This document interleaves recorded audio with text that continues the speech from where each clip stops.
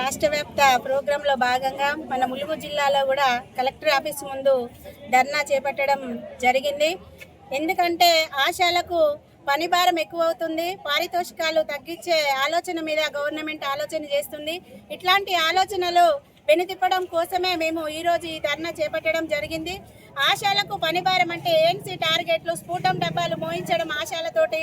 ఆశాలు చనిపోయినా కూడా వాళ్ళకి ఎలాంటి మట్టి ఖర్చులు కానీ అసలు పని చేయించుకోవడమే తప్ప ఆశాల చావు విషయంలో కూడా గవర్నమెంట్ ఎలాంటి స్పందన లేకపోవడము ఇలాంటివన్నీ జరుగుతాయని మేము ఈ ఆందోళనలు చేపడుతున్నాము.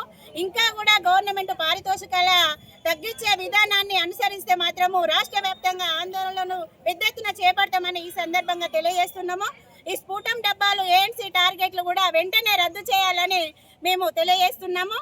ఇంకా ఆశాలు చనిపోతే 50 లక్షల ఎక్స్గ్రేసియా ఇస్తామని కమిషనర్ గారు మాకు ధర్నా సందర్భంగా చెప్పారు. కమిషనరేట్ ధర్నా సందర్భంగా 50,000 మట్టి ఖర్చులకు ఇస్తామని కూడా చెప్పారు.